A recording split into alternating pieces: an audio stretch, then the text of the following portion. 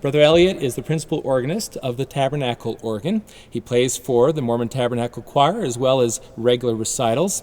Can you just tell us a little bit about this fine instrument and give us a feel for what it's like at Christmas time? Well, the Conference Center organ was actually designed and planned at the time when there was no orchestra at Temple Square, and we were anticipating that the Christmas concerts would be held here in the Conference Center. So this organ had to fill the role of the orchestra. So it was designed really to be a symphony orchestra by itself, and it does a great job of accompanying the choir also in general conferences. But that's actually paid off because the organ has so much color and so much power, and it's worked very well in the Christmas concerts. The last 5 years or so, there's always been an organ solo in the Christmas concerts, and so it's got all the horsepower it needs to be heard out there on the far reaches of the auditorium. Rick, I know there's a lot of organ equipment that the audience never sees, things behind the set, so to speak, but the things that the audience do see are the console and the pipes. Take a few moments and tell us about this magnificent console where you play. This console was engineered to be very similar to the Tabernacle organ, so it has 5 manual keyboards, or manuals as we call them. 1 pedal keyboard has the same number of notes, 61 notes for each of these, and 32 on the pedal board.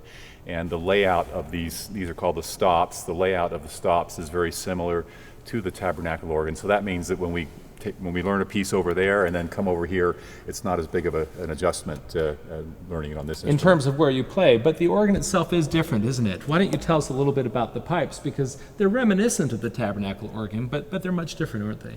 Yeah, they are. This organ has 7,708 individual pipes, so it's about 2/3 the size of the Tabernacle organ.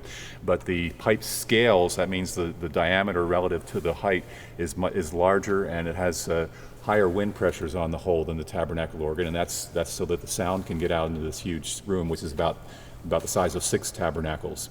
And also the pipes on the Conference Center organ that the audience sees are mostly functional, whereas on the Tabernacle organ only the 10 largest gold pipes are actually playing pipes. The rest are there. Decorative. They're decorative, right.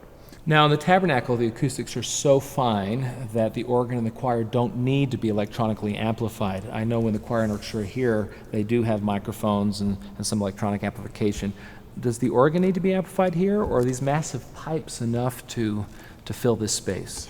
The Conference Center organ was designed to be heard without any amplification, but when the choir is here singing for concerts or broadcasts, the house microphones, the ones that send the sound of the choir out into the room, also pick up some of the organ and send that out into the far reaches of the auditorium. And also the microphones for the broadcasting obviously also pick up the organ, although the organ really was designed to be a standalone instrument. Well, Rick, could you demonstrate, just play a few notes in some of the registers and maybe show us how the pedals work, and then we'd like to hear a little bit of a Christmas tune, if we could. These are called stops because when they're pushed in, they stop the air from going to the pipes. But if I pull out one of these, for instance, the flute right here, you're hearing a set of flute pipes with 1 pipe for every single key on the keyboard. And this organ has 6 divisions. Each of those divisions is like an organ by itself that's attached to each of the individual keyboards. So we have 5 keyboards here and a 6th one down below. And each of those has its own organ, basically, that's attached to that. And the way you make an organ louder is you basically keep adding more and more stops until you get a pretty big sound all the way up to full organ.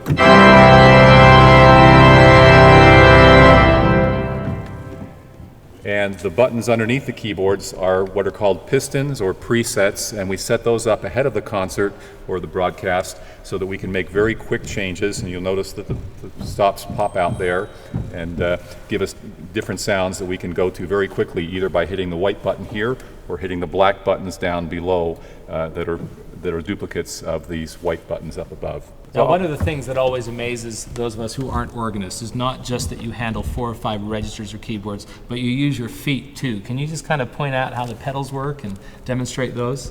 Yeah, this is just a keyboard for your feet, and you can put on a higher sound, or you can put on some very, very low sounds.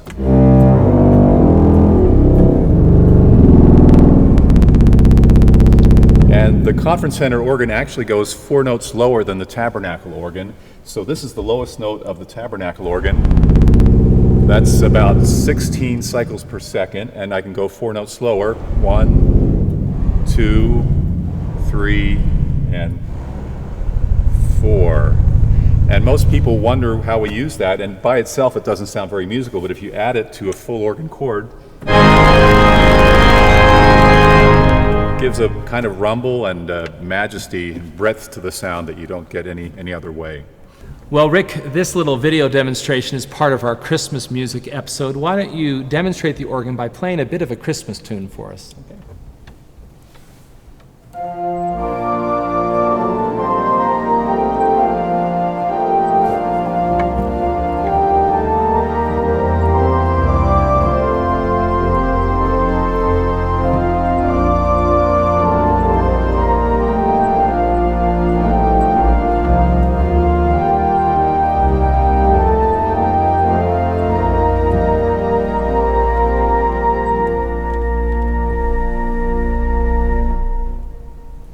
Thanks, Rick, for that Christmas selection. I hope that whetted the appetite of our viewers. Please tune in to our Mormon Identities episode on Christmas music, where Brother Elliott and Brother Murphy talk to us about the history of Christmas music, play some music clips for us, and discuss them. Have a Merry Christmas.